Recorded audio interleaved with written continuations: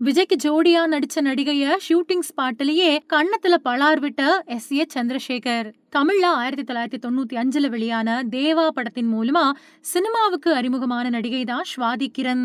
இந்த படத்தை இயக்குனர் எஸ்.ஏ. சந்திரசேகர் இயக்கியிருந்தாரு. விஜய், சிவகுமார், மனோரமா மாதிரியானவங்க நடிச்ச இந்த படத்துல விஜய்க்கு ஜோடியா நடிச்சாங்க சுவாதி. இந்த படத்துல நடிக்கும்போது அவங்க 9ஆம் வகுப்பு படிச்சுக்கிட்டு இருந்தாங்க. மாடலிங் செஞ்சுக்கிட்டு இருந்த சுவாதியோட போட்டோவை பார்த்துட்டு எஸ்.ஏ.சி அவங்க வீட்டுக்கு ஃபோன் பண்ணி கூப்பிட்டுருக்காரு.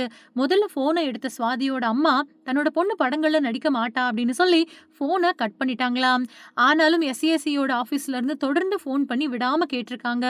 விடாம ஃபோன் வர்றத பார்த்த சுவாதியோட அப்பா, உனக்கு தான் தமிழ் தெரியுமே, சும்மா போயிட்டு வா, படத்துக்கு முதல்ல அவங்க நம்ம பொண்ணை தேர்வு செய்யணுமில்ல, சுவாதியை எஸ்.ஏ. சந்திரசேகர் நிச்சயமா தேர்வு பண்ண மாட்டாரு அப்படின்னு நினைச்சு அவர் சொல்லியிருக்காரு.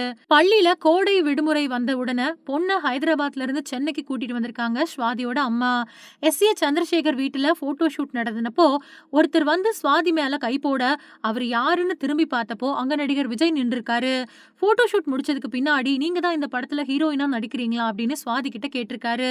அப்போ உச்சத்துல இருந்த ஒரு நடிகை நடிக்கிறதா இருந்துச்சு. அது நடக்காம போக சுவாதிக்கு இந்த வாய்ப்பு கிடைச்சிருக்கு. ஸ்கூல் லீவு அப்படிங்கறதால தேவா படத்துல மட்டும் நடிக்கட்டும் அப்படின்னு சுவாதியோட அப்பா சம்மதம் சொல்லியிருக்காரு.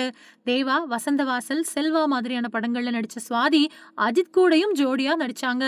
சமீபத்துல சுவாதி கொடுத்த பேட்டி ஒண்ணுல பள்ளி பிள்ளை அப்படிங்கறதால சிவகுமார் சார் அடிக்கக்கூடிய காட்சியில அழணும். ஆனா சிவகுமார் நிஜமாவே அறையாம லேசா தட்டுனாரு. ஸ்கூல் பொண்ணான எனக்கு அழவே வரல. ரீடேக் போய்கிட்டே இருந்துச்சு. கண்ணீர் வராததால எஸ்.ஏ. சந்திரசேகர் விறுவிறுன்னு வந்து என்னோட கண்ணத்தை சேர்த்து ஓங்கி ஒரு அறை விட்டுட்டாரு. அந்த வலியில நான் அதையே டேக் எடுத்து அந்த டேக்க ஓகேயும் பண்ணிட்டாங்க.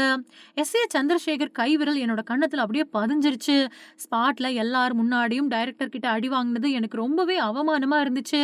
அதனால யார்கிட்டயுமே பேசாம அமைதியா தான் நான் உட்கார்ந்திருந்தேன். அதுக்கு பின்னாடி விஜயோட அம்மா எஸ்.ஏ. சந்திரசேகர் கிட்ட, சின்ன பொண்ணு, புது பொண்ணு, அத போய் அடிச்சிட்டீங்களே அப்படின்னு கேட்டாங்க. அதுக்கு பின்னாடி எஸ்.ஏ. சந்திரசேகர் சார் என்கிட்ட வந்து சமாதானம் செஞ்சாரு அப்படின்னு சொல்லியிருக்காங்க நடிகை சுவாதி.